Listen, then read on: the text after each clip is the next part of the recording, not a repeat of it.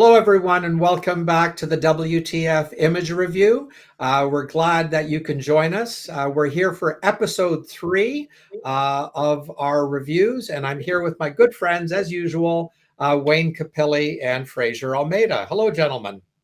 Hi, guys. Morning. So today we have a handful of photos to go through once again, and thank you for submitting the photos. Guys, why don't we just jump right in? Let's do it. Okay, so here we have this zoomed in shot of this tub, what appears to be a lovely primary ensuite. Guys, what do you think? It's overlit. I think you walk in, and the light should be coming from the huge windows that are surrounding the tub, which means that Yeah. the foreground of the tub should be really much darker. And Yeah. unless there's a light or a big window behind me, it kind of flattens the tub, and it really kind of screws with how warm and great this room should look. Yeah, that was my first reaction as well. Um, it does look a little overlit. And just as a reference point, Fraser, we were talking about this. The whole idea of those shadows coming off the left edge of the tub and the right edge of the counter space, those hard shadows would indicate flash being popped somewhere. I'm not sure how they did it, but those shadows, I'm not sure.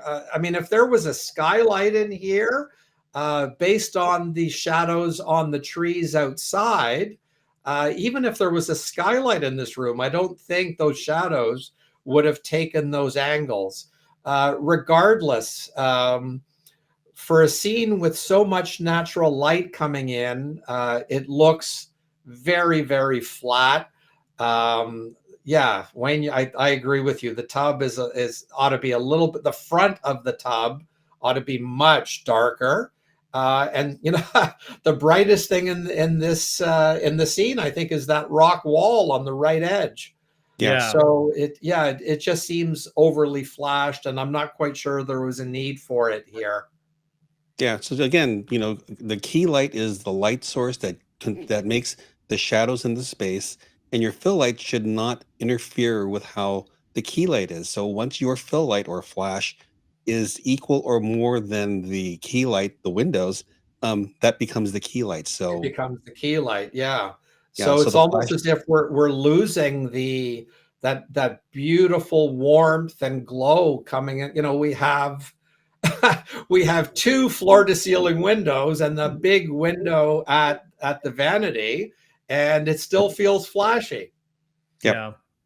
Yeah. Compositionally, what do you think of the composition?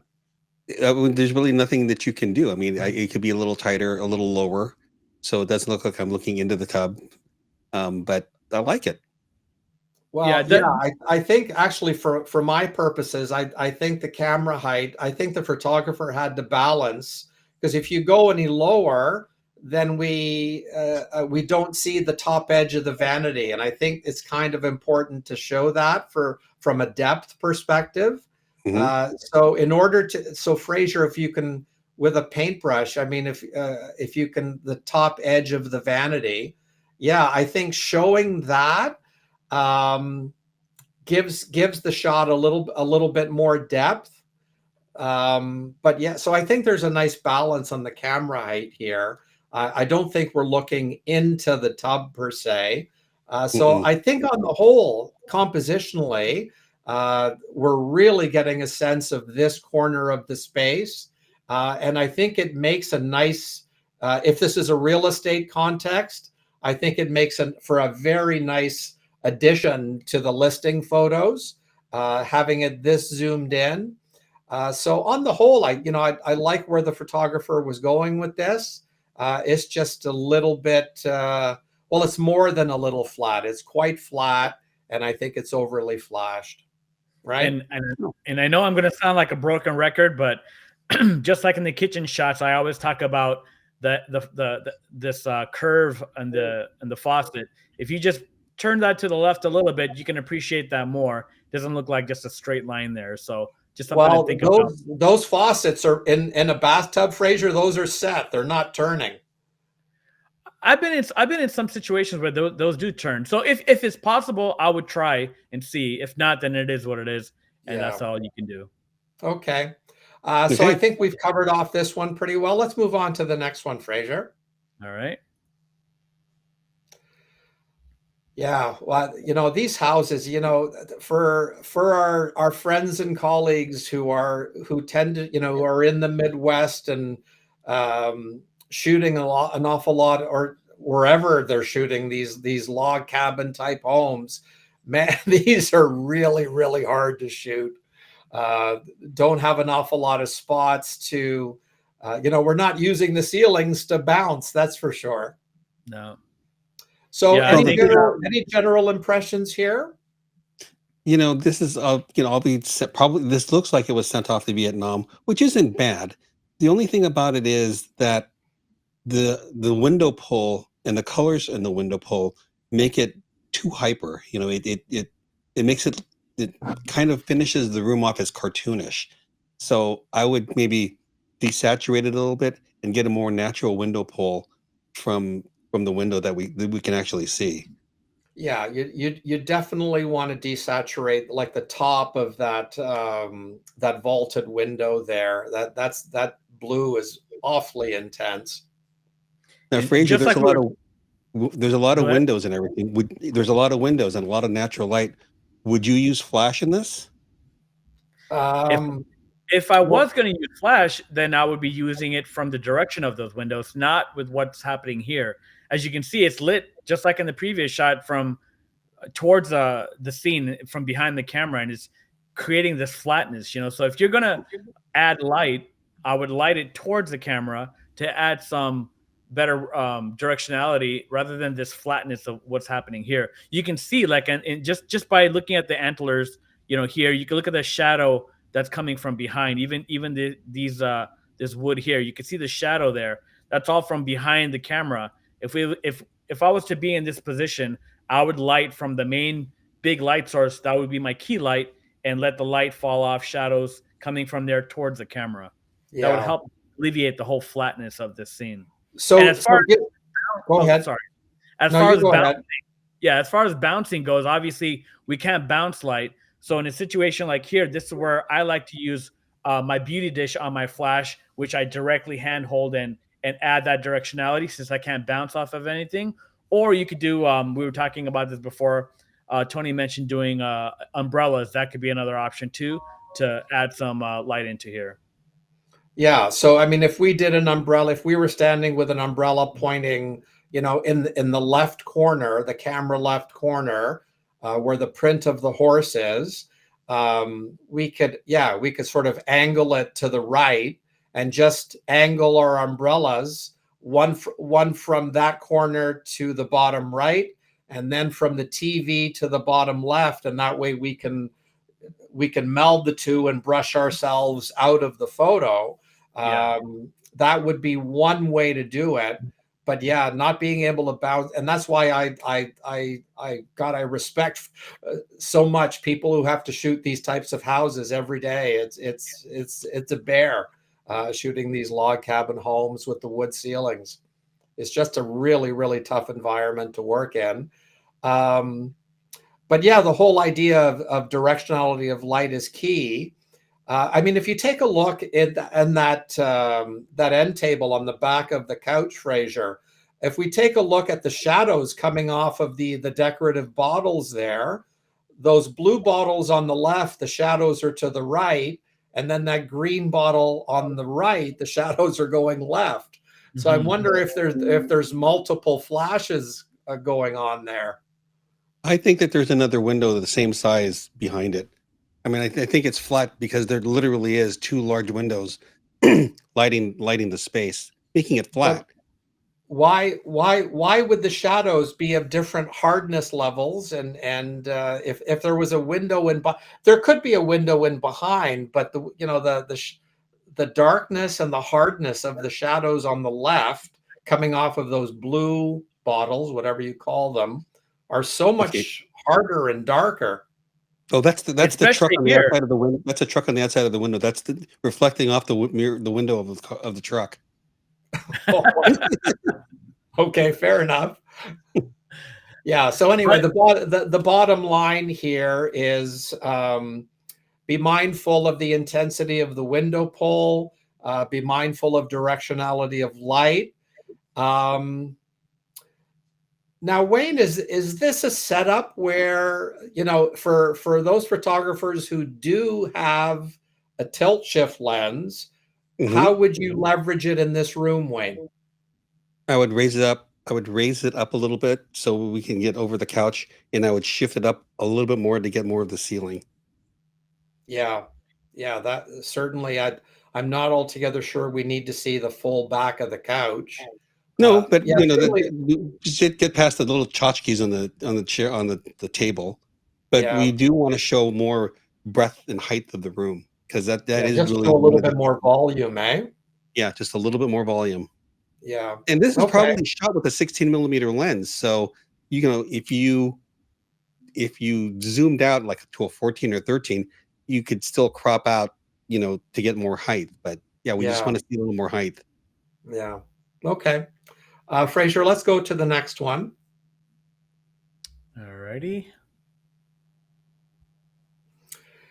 Okay, so here we have, a completely different type of house.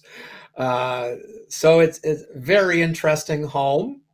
So compositionally, what do you guys think?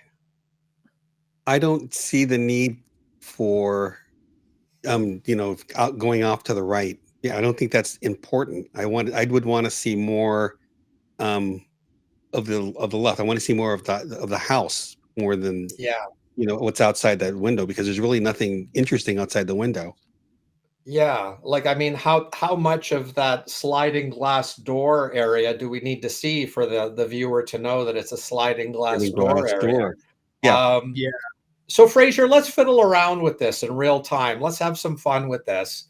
Let's go to our crop tool, and I don't know if you've got generative fill on here, but yeah, let's have some fun. If we were to actually click and drag to the right to get rid of some of that. Yeah, maybe maybe not so much. Right about, yeah, maybe a little, yeah, right about there, thereabouts. Let's see Okay. what generative fill does.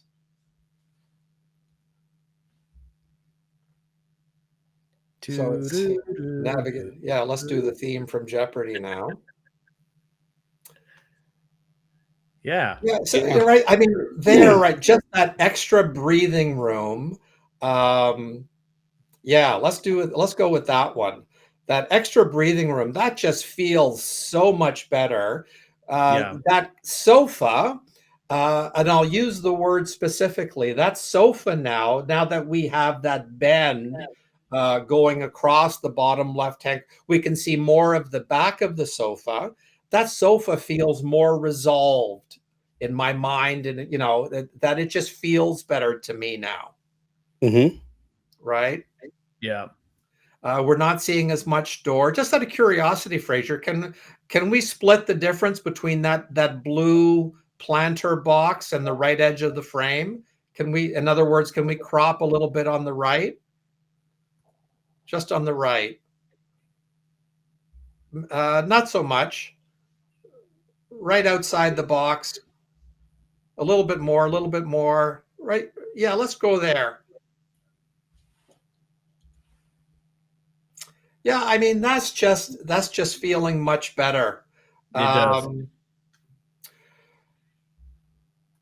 yeah. So I mean, from a lighting perspective, I think the photographer here has done a nice job in just leaving Mother Nature alone. Mm-hmm. I would bet the mortgage that there's no flash happening here. So I like the natural shadowing happening in the shot. I love that squarish shadow going up the handrail going up. We can see that it's going upstairs and behind the fireplace. So I think from a lighting perspective, I like that the photographer has respected the natural lighting. What What about about color? go ahead, Fraser. What about color? What are your thoughts on color? Well, I was just going to ask you that. Well, to me, I definitely see like if we just go ahead and take our saturation here, let's just try something, and we're just gonna bump it up 100%. Yeah, there's a lot of blues, cyans here in this this photo. I think we can desaturate some of that. So if we just go to our blues, we just dial that back a little bit. Well, here, even while you're in the blue channel, just in the blues alone, and I think this is one way that we can train our eyes to spot even the most subtle color casts. Why don't you take that slider and go all the way to the right? So that's where, as you can see, there's a significant portion of the shot that's being affected just by blue, as particularly the rug. And look at the concrete flooring. Personally, that's the first thing I noticed when I opened up this shot was the intense blue color cast. So if we move slowly, Fraser, go back to 100. Okay. And if we move slowly back to 0, and that starts fading away, and then we get to 0. Now with that equal speed, keep going now. We can start seeing the impact. Yeah, right about there. We start seeing the impact. So now if we can just wriggle back and forth from that spot, Fraser, to bring back some of the blue, if we go back and forth, maybe like a couple of millimeters. No, right on the spot you landed. Yeah, just go back and forth. We could make an informed decision about how much blue we allow into the scene. I think if we go all the way to -100, it just makes the shot look sterile, right? Right. But if we go to like a -60, -70, somewhere in that range, and then make a conscious decision about where we bring the blue back. So here, Fraser, I'd want to bring back some of the blue in the chairs and in the pillows. So we'll just add that back in. Yeah, just add a little bit of pop. Maybe the pillows on the sofa and the book on the end table. Yeah.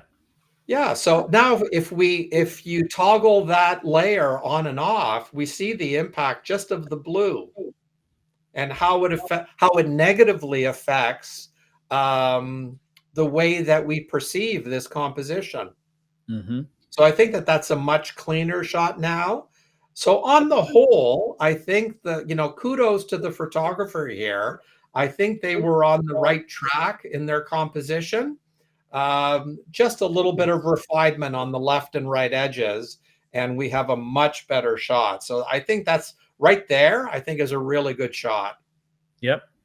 Yep.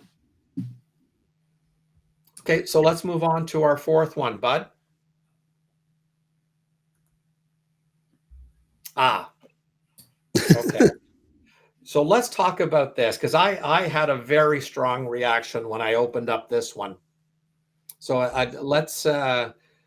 I was just yapping a lot on the last one, so I'm going to ask you guys to take the lead on this one. Go ahead, Wayne. So a lot of times, Thanks,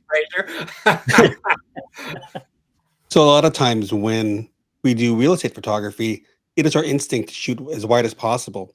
And then, because of the style of real estate photography, a lot of people want detail shots.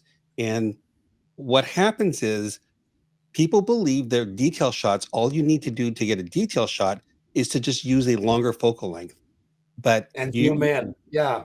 And zoom in. And that's really not the case. You have to have a little more cause of what you're taking pictures of. You have to tell the story. You're not just zooming in.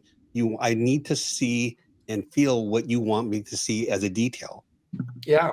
So when I opened up this photo, I immediately, like from the first millisecond, I immediately felt tension, because my first reaction was, where does this photographer want me to look? Yeah, this is a zoom. My eye kept going to the wall joint, like dead smack middle, and we have this killer view on the left, and we have that little hutch and the couch on the right, and I couldn't help but my eye landing on that wall, dead center in the middle. Mm-hmm. Yeah, this actually is a wide angle composition, just zoomed in. Yeah, So that's what it feels like. And I'm sure it was I'm sure it was a lovely wide angle shot, because we would yeah, have been able to see more of that view, right? mhm, But yeah. as a detail shot, so what are some of the so let's talk about what encompasses a good detail shot. So for me, one of the things that I'm looking for is um, what does the detail shot do in terms of telling a story of the space? And the other question that I'm asking is, who's the client, Mm-hmm. right? So if it's going to be a detail shot from a real estate, if this is for the real estate agent and I'm going to do a detail shot, I'm not even sure I would stay on this angle. I might go to the far right and I would shoot down the lane in between the coffee, or maybe shoot right over the coffee table, because I want to get a detail shot of just the right side of this family room, living room, and I want to see more of that scene. So I would do a 1 point shooting, down the coffee table, out the window, just to show the viewer a detailed shot of what it would be like to sit in this corner of the house, Yeah. right? Yeah, because remember that as a real estate shot, this furniture isn't going to be there. So Correct.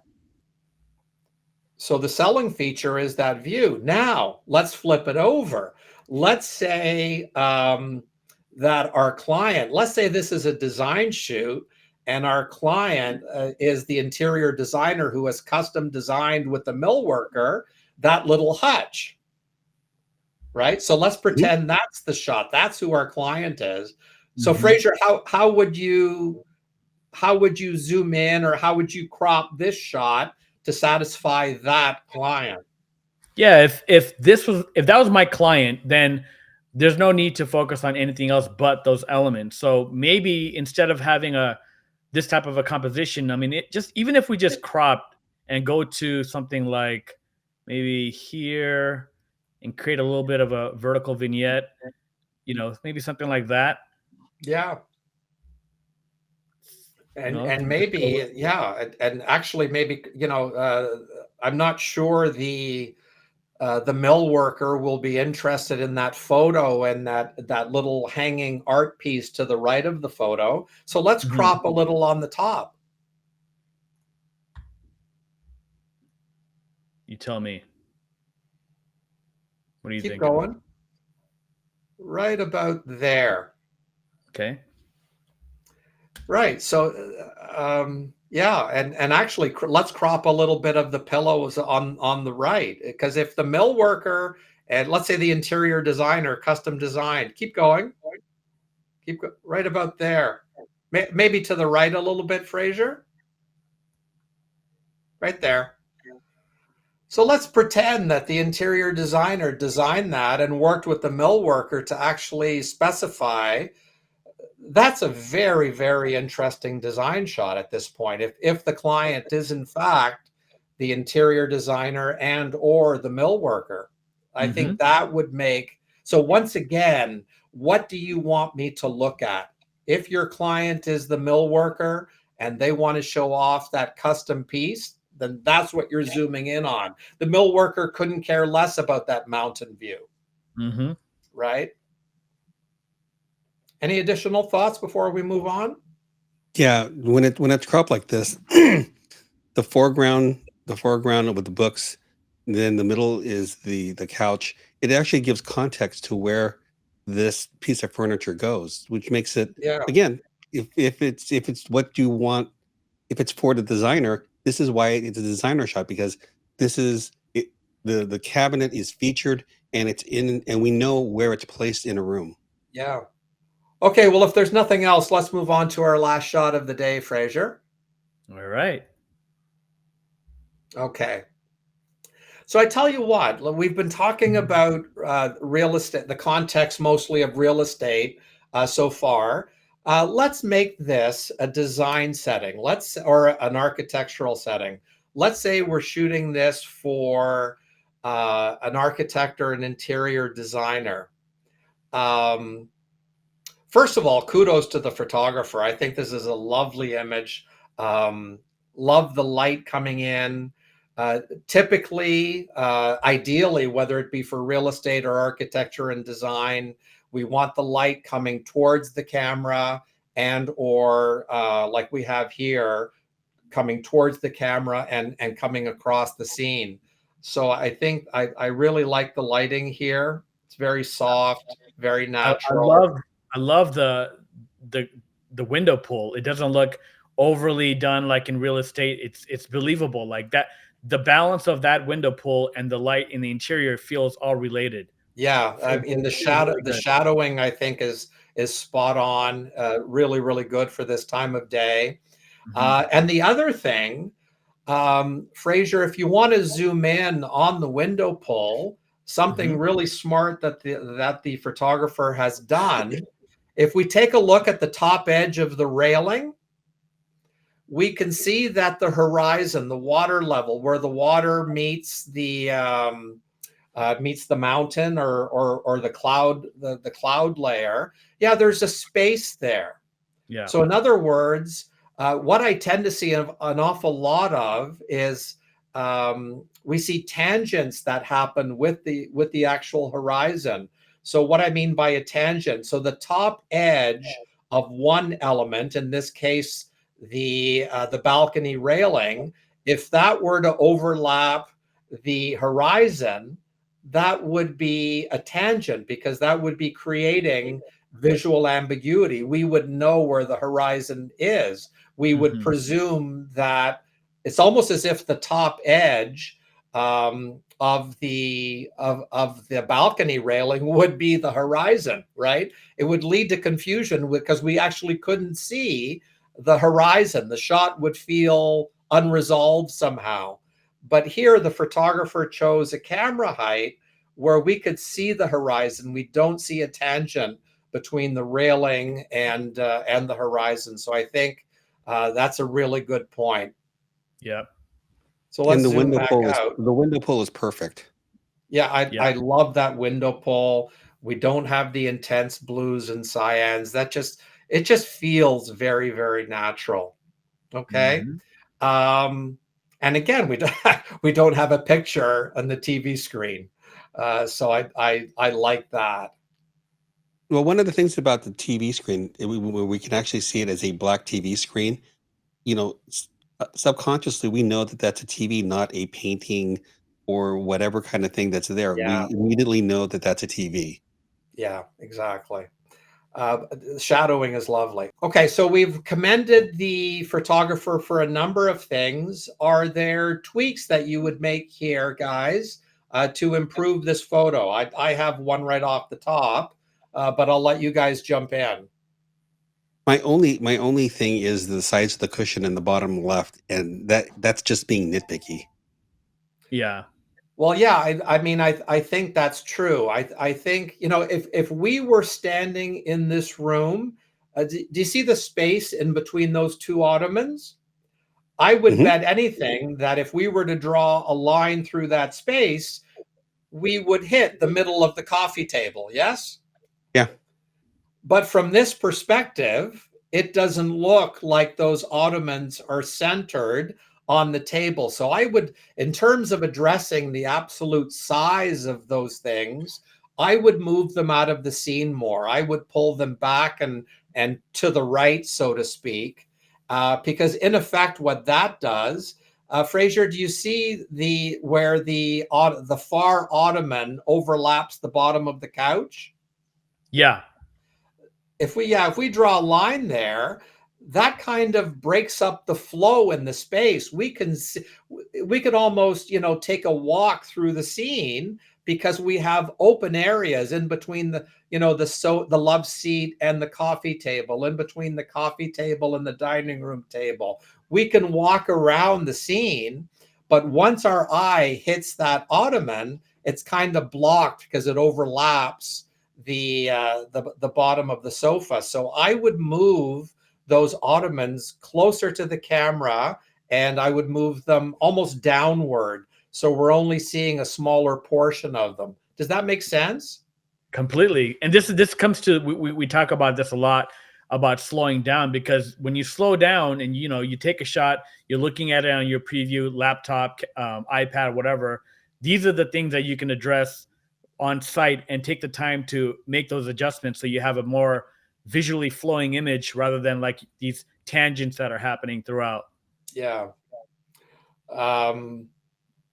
Well, there wasn't necessarily a tangent between the ottoman and the sofa in the distance. I'm just saying from a flow perspective, I think it would be better for the photo if we had more like an unobstructed lane for our eye to wander through the scene.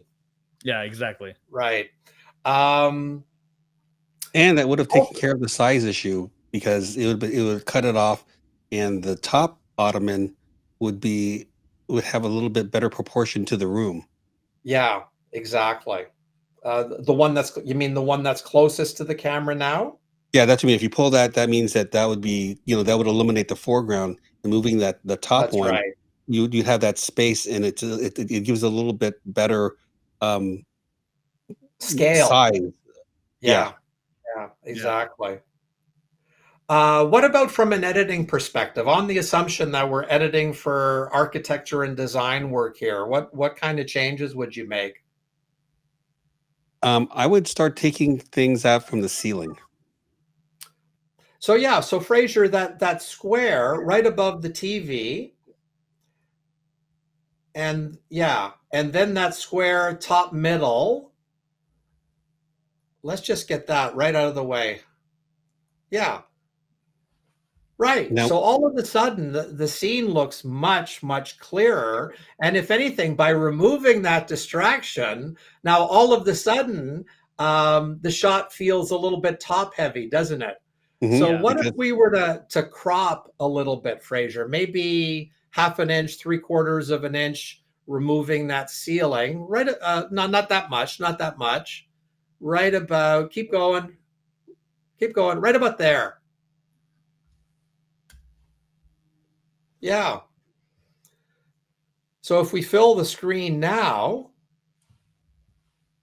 now the room in and of itself feels bigger, and it occupies more of our attention rather than showing so much ceiling. What do you think? yeah. Yeah, I like it. I'd also would have fiddled around some of those chairs on the dining room table, but now we're into nitpick mode.